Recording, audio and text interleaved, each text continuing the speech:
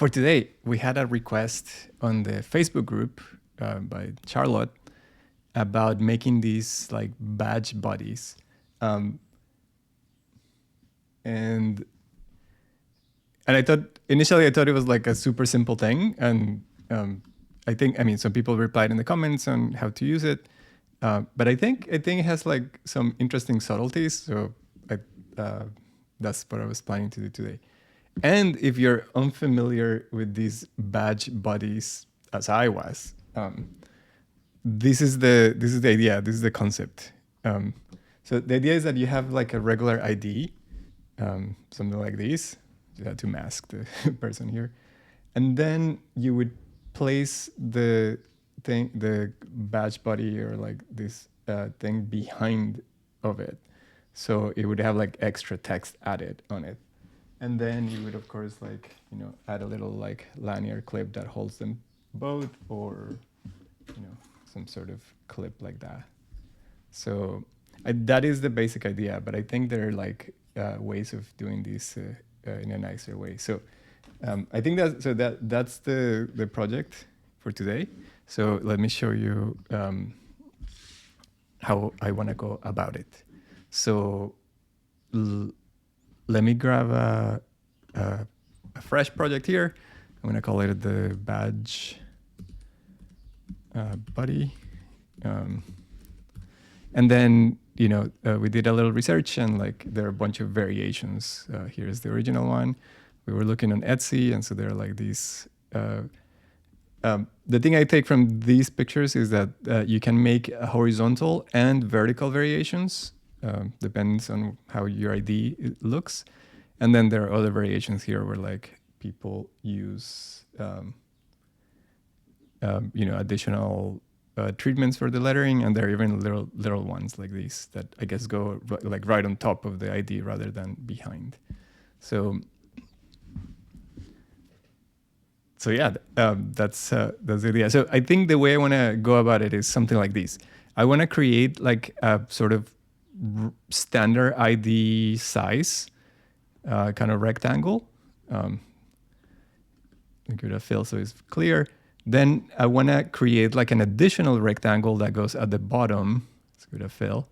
That kind of matches the size of this one, the width that is. I place it like here, kind of match the width.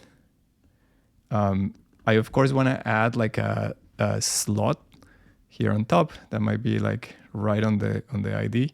So we can also check the sizes for those. Let me give it white so it's recognizable. Fill white, and then next I want to create like a window that goes down here. What I mean by the window is kind of like this kind of hollow area. So I'll go back to my project. So I can place another white rectangle here. I'm just giving you like this sketch of what I want to do. Like I'll start looking at sizes more carefully here in a moment. So I want to create a window, something like that kind of creates that hollow area. I probably want to center them. And then I want to grab some text that goes like right on top. Let's give it a fill. And then that text would say something like teacher. Let's make it uppercase. And then we need to sort of select, choose the appropriate size for the text and whatnot, and place it where we want it. I think there's a little that needs to happen there. So yeah, from this sketching, what I've realized, of course, is that like you need to size the window kind of based on the text. So the window itself just matches the edges of the text. And then, once all these shapes are all together, then we'll probably apply a flatten modifier, which is down here in modify. Over here. And so the beauty of the flatten modifier is that it turns everything that is the same color into a single shape, and everything that is white into a whole. Of course, like, if I look at it carefully, my window size wasn't correctly in this quick sketch, so I would kind of size it like this. And I think this would be roughly the end result. So now that I have a basic idea of what's the plan, let's execute the plan.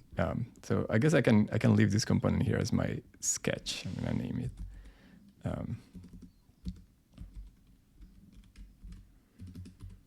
Let's execute the plan with the actual dimensions. So I'm gonna create a new component that I'm just gonna use as a reference. So that's gonna be my ID. I'm gonna call it the ID. I was looking around, and there's a standard ID dimension, something like this. Is the standard like credit card size, and it's 3.375 by 2.125. So that's like 3 3/8 and 2 1/8. I'm working in inches right now, so I'm gonna carry on with that. And I'm gonna start by making the vertical one. So let's grab a rectangle. I'm gonna place it here in the middle. I want the reference point to be like the top of the rectangle, so I'm gonna place that on the center. I'm just gonna hold Command and move the transform center here. What that effectively does is that whenever you resize it, then this stays put, so to speak, that part of the shape, and then it grows from there. So let's add the scale. So what was that? 2 1/8. So I could type 2.125. A quick tip: you can do kind of like light math here. I can also type 2 plus 1/8, which is the same thing. You can see the result is 2.125. So that's just like a quick trick if you're working in inches. So 3 plus 3/8 is 3.375. So yeah, that's the size of a regular ID. And then I was also looking around for the rounding of the corners, and I found out that the corners are like 3 millimeters. So I'm going to add the rounding of the corners by adding that modifier called round corners. And for the radius, I can actually type 3 millimeters. So I'm going to type 3 and then So that just, even if the project is in inches, you can work in other units. So that just converted the 3 millimeters into the equivalent in inches. And I'm doing this just for reference. And then the next thing is we need that like hole. I had one for reference here that I that I measured, but I was also looking for a better way to find out the dimensions, and this is what I found. You can buy the little slot punches, and this is on the sales page for one of those. I found the dimensions. So the hole here is, the hole size is 0.6 inches by 0.16 inches. And then it looks like with these kind of punch, you can kind of vary the distance to the edge. So that's a sort of variable thing that you kind of have to deal with. But I'm going to use as a reference the one I just have. So for that slot, I'm going to create a rectangle. Once again, I want the reference point, the transform center, to be the top once again. I'm going to place it here. And then the dimensions for that were 0.6, which is very close to 1/2 inch, and 0.16. Double check. Yeah. And the distance here, the distance from the top. So the reason I just changed the transform center for this one is that I can like very specifically measure the distance from the top edge to the top edge of the cut. So if it's 0, it just matches perfectly, and then I can just bring it down a little bit.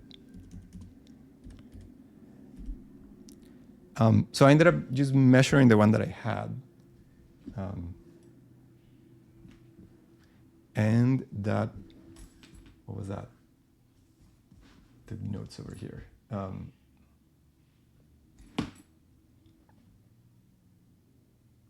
Nope, I lost my notes. Let's measure it again. So measure real quick. So I just took my calipers here and yeah, 0.14. So that's the distance from the top. So I'm just gonna enter that here, 0.14. This feels a little boring because I'm just kind of like reproducing sizes. But I think that's like an important thing to do sometimes. For certain projects, you want to reproduce an object. And then I'm going to add the rounded corners here. And I don't care about the radius because it's so small and they look just perfectly round. So, if the radius is really big, then you just get this like kind of perfect round, and that seems sufficient. So that's my ID. That's the size of my ID that I can use as a reference to make more things. And now we can enter the sort of important part of the project. So I'm going to create another component here. I suppose I'm going to call it the vertical name.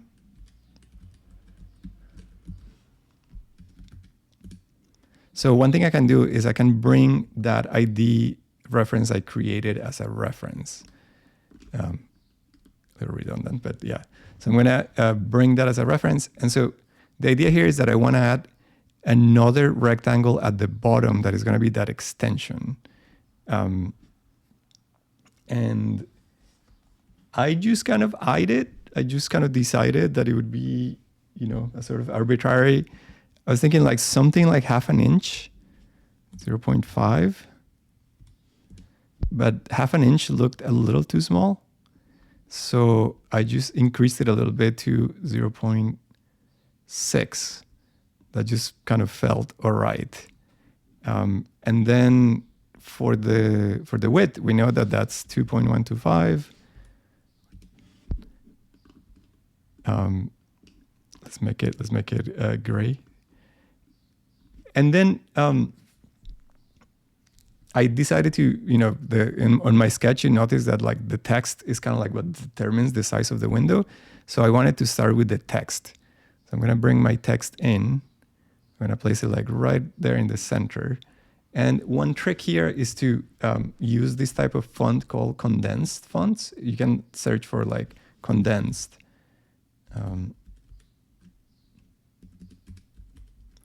And there are a bunch of choices for those. Those seem to work really well for this kind of like chunky text that you kind of cut out. I think one of the favorites is this one called ASAP condensed specifically. And I'm going to try the 600 one. So the beauty of this one is that, let's give it a fill. The beauty of this one is that it has kind of like this like chunky letters and rounded edges that make it really readable. And let's do teacher. So I'm going to type. And here, I'm just going to bring it back down to the center. And I want to choose like a size that seems to work. Like I wanted to kind of fill that rectangle, but still give me space to have that window. So what size did I choose? Like about half an inch, 0.52. That seemed to make sense. And now I want that window, and that window is just going to be another rectangle that's going to be white, because that's going to be a sort of hole. And I'm going to make that one. Let's see. The width was about 5 inches, half an inch, sorry. And then, the height was about half an inch to start with. Let me move the rectangle behind the text so we can see the window. There we go. So then, on the horizontal, I want something like these. What did I do? Like 1.9. That seemed to give me enough space. And for the width, I just wanted to match the width of the letters. So 0.36 kind of made sense here. And then I just wanted this to be like all centered. So I'm going to select all of these shapes. So I have the rectangle, the window, and the letters. And I'm going to click this little icon that you get here to get them all aligned. And that's looking pretty good. That's for that extension. So of course, when we join it, we don't want to have these like additional weird corners here. I mean, like we want all the corners to be rounded. So I'm just gonna create another rectangle. So instead of using the ID, I'm just gonna delete the ID again. I could simply go ahead and create a new rectangle. I'm just gonna grab it, do the same thing, transform center here, move it up. I remember those dimensions is 3.375 by 1, 2 and an 8. Let's bring it down here. Let's make it all gray. There we go. We're getting places. Then that slot, I'm just going to copy it. There is a slight difference. It's not a slight. There's a difference between like grabbing a component and actually copying something from a component. What I mean here is that I'm going to select just the slot, then I'm going to copy it. And then when I paste it here, it comes with all the attributes, but it's independent of the previous component. And then we want to make it white because that's a hole. All right. And I could apply the flatten here, but I still want those corners rounded. Let's apply the flatten, so see what I mean. So if I were to apply the rounded corners here, I would get into trouble because, let's try it, because it's going to try and round everything. So notice how it rounded all the letters for the font. And you might want the look, but you might not. So you probably don't. But so in order to do that, we need to round the rectangle first before we flatten everything. So let's go back a couple of steps. Yeah. So I want to round these two rectangles. So actually, the easy way is that I created this rectangle just as a reference, but I can just extend this one down all the way so it matches the bottom one. Let's move it around so it's behind everything. I'm going to call these, I guess, call my added rectangle. Just going to give it a name. I could name all these things, actually. It's gonna make my life easier in the future. This is the slot, and this is the window, and this is I guess the backer. This is completely unnecessary. I just do it because it's going to be easier to explain here in the moment. So, okay. So the added rectangle, I don't need it because I just extended that backer one. So I want to apply the rounded corners just to the backer. So I'm going to select that, apply the round corners. We knew that was 3 millimeters from looking at the references. And, the window. The window could also have rounded corners separately. So I'm going to select that one, add the rounded corners to that one. And I feel like, it turns into too much of a pill. So I think it's better to reduce them a tiny bit, something like that. I guess it's 3 millimeters. See if 3 millimeters matches. Yeah, that matches, and I think that's good. With all taken care of, I can now apply that flatten modifier. So everything turns into a single piece. I'm going to check the stroke result to kind of confirm. So yeah, this is the result. So I haven't really added any parameters or anything. I was just kind of getting the right dimensions. And that's what that one looks like. And so yeah, the idea is that, where's my ID? The idea is that you would place your ID on top and have your little buddy. Add the little clip, hold it together. I think there are these nicer little plastic loops that would hold them together, but you get the idea. So let's add a couple of sort of nice to haves.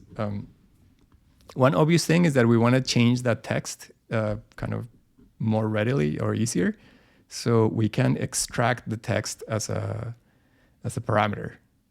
So I'm going to select use the text here in the inspector window.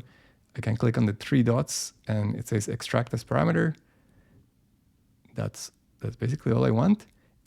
Then I'm going to move it to the project. So it applies to everything in the project. And now I can try something else. I can try something like nurse. Let's check the stroke result there. It's easier to see on the screen. So quick tip for this. Obviously, it seems to work way better with uppercase. I think if we do lowercase, it will still kind of attach to the bottom, but I think the letters would be flimsy. It would kind of like easily come off. So we want these to be always uppercase. And so the quick way to turn anything into uppercase is just like a quick JavaScript. So we know that this text here, let's put my name. Is my name too long for that? Oh, it fits. If I go to the text thing here, you know that, yeah, text is a confusing name. Let's call it badge text. Too many things called text. Anyway, so if I go here, you'll notice that this is what turns into Federico here, because that text gets stored here. So I can add kind of like a quick way of modifying this. If I add dot to uppercase and then parentheses, what did I just do? Let me see.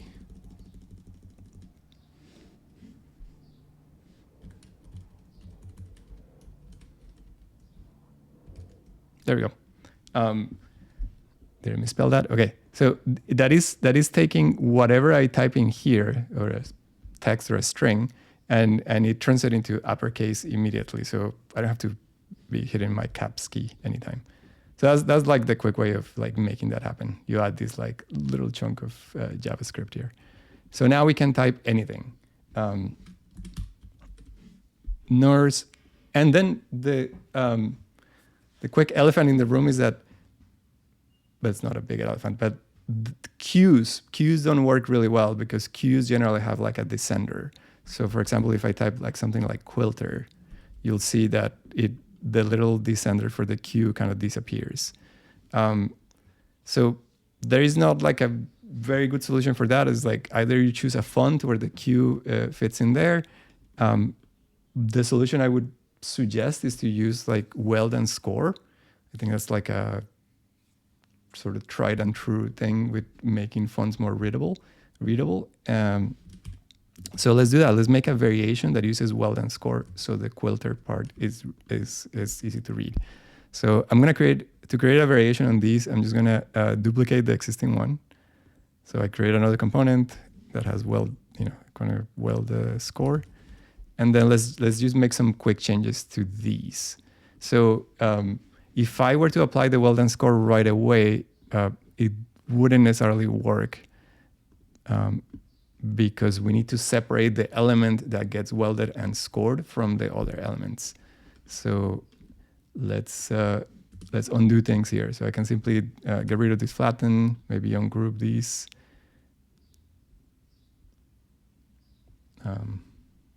Ungroup, there you go.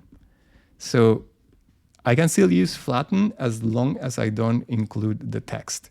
So I need to flatten the slot, the backer, and the window. I was just holding shift while I selected all those things. I could also just move the text up here so it's on top and then select them here. So the slot, the window, and the backer. And then if I flatten that, those are separate. Now the text itself is gonna be the one that gets welded and scored. So this is a separate group now. We can see it here. And so now to that group and the text, I apply the weld and score separately. Weld and score all the way down here. So we get that result of like having a piece that is fully cut, but then we get these little additional scores for the letters. And I think that's definitely more readable. I went ahead and cut that quilter one just to show you. I suppose I should have cut one without the Weld and Score. So yeah, the idea here is that we get that. It's a single piece that's seen from the back, but then it's the Q here is scored. And the references I was looking at were mostly acrylic, because I guess acrylic is easy to clean and it'll take the abuse in a lot of these kind of use cases. And so I wanted to check the acrylic. I wanted to check if the score would work on the acrylic. So I did one here. I did staff, and actually I think it reads well. Like here it is. I mean, I should have done one with Q, but you get the idea. I think the scores read well on these. This is like a pink glitter acrylic from Custom Made Better. So it cut in a single piece. It feels solid. I think the scores do add to it. It does feel like a separate thing. All right, so I think that works. There are more things you could make available here if you want it as a template. You could expose the font or other things like that. But I wanted to make a separate version for the horizontal badge. I think it makes sense to just have a separate component for that. So I did. Let's see. Let's duplicate these one. I'm going to duplicate the vertical one. And I'm going to call it, I'm going to change the name to horizontal. I don't think there are too many changes that we need to do. I guess I could make a horizontal ID. Yeah, let's make a horizontal ID. So I'm going to duplicate this one. Horizontal ID. And so this should be quick. I need to grab this rectangle.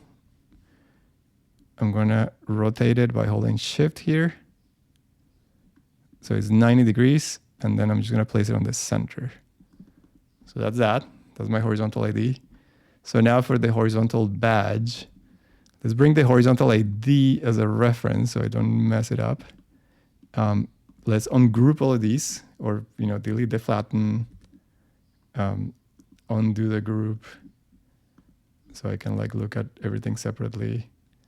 I suppose this backer is not something I want. Let's see, I have the added rectangle. No, never mind. Maybe I do want this backer. So I'm going to rotate this backer, bring it back to the midpoint. Oh, and of course that backer is actually, the dimensions are 3.375. 375. So that matches the horizontal ID. Where's my transform center? Yeah, probably I don't need these, but there we go. So we got the horizontal one. I can get rid of my ID reference. I can get rid of, yeah, okay. Horizontal ID, yeah, that can also go. And then this one I can, yeah, I don't need the rounded corners for now. Okay, so I want to add exactly the same thing I did before. I'm just going to bring it up here. But now I'm just going to kind of slightly change the dimensions. I think with the horizontal one, the proportions are a little different because I want to make the font bigger to start with. Let's use teacher as a... So if I make the font bigger, something like these, that kind of fills all the space. Then this backing rectangle, this additional rectangle that I added, is going to make it match the dimensions. It probably needs to be a little wider. So let's do like, was that 3/4 of an inch? Ooh, I typed it in the wrong spot. 3/4 of an inch, that kind of makes sense. Let's kind of bring it down. And then the window itself also needs to be bigger. So let's make that, let's see, let's just expand it. About 3 inches looks good. And then much wider. Something like that looks good. And I'm going to do the same here where I select everything and then just align it. I undid that change here. So I did 3 here. Okay. And I think that looks good. So I was using this one just as a reference. So I'm just going to just make it into a guide. And then I'm going to extend this one all the way down so I can apply the rounded corners to that. Round corners, 3 millimeters. And now I can apply that flatten. I suppose for my example, I did actually nurse. And now with the flatten applied to, let's apply the flatten. Yeah, so that's the look of that one. Here's the horizontal one. I didn't have a horizontal ID, so I just kind of made one to show you the situation here. So yeah, that's that. That's half an hour. Thank you so much for watching. Thanks for coming and leaving comments and questions. I'll be publishing these very simple templates, so you can like take it from there. I think there are other additions you can make. You can, for example, make the font something you can choose, extract the parameter, bring it to the project, and now you can add the font and whatnot. And thanks a lot for the request. I will see you in the next one. Okay, bye.